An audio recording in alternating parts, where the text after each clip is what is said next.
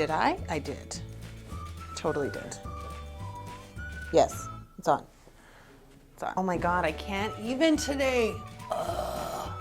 Hi, I'm Vanessa with Community Natural Foods. Today we're going to be making shortbreads that are whipped so that it's going to be a nice, soft, melt in your mouth kind of cookie for the holidays, which is going to be really exciting. So we're going to start, these ones are going to be vegan. So we're going to start with some hard vegan butter, icing sugar. So you're going to really want to whip up the icing sugar and the butter for quite a while because you want it to be really soft, because these are going to be a pipeable cookie. So you want to make sure that your dough is soft so that you don't hurt your hand.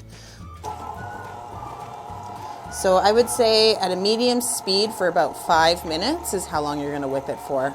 And we'll show you kind of what the consistency looks like as we go on.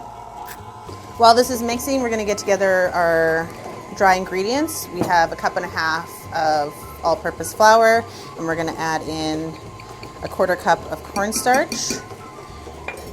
And we've got some vanilla, so we'll add this into here. And that's pretty much it. Those are your ingredients. You can put some salt in your cookies if you want. It works as a flavor enhancer, so you can also use that. So you want to scrape down the sides to really make sure that the butter is creaming evenly. And as you're creaming it, you're going to see it's going to turn into more of a white color, and that's great. You want to see that happen. All right, so this has gone very pale. It's almost white. So now we're going to add our flour and cornstarch.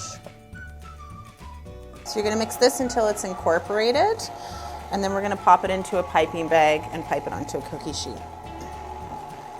We're using a non-stick sheet, so you don't need parchment or anything like that. So if you want to use parchment, if you don't have a non-stick baking sheet, you can use that, or a Silpat if you have one of those as well.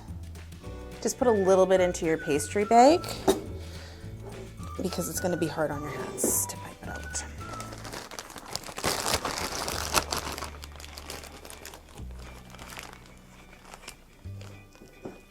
You can top these with sprinkles or dried fruit or anything like that if you want to make them pretty for your guests.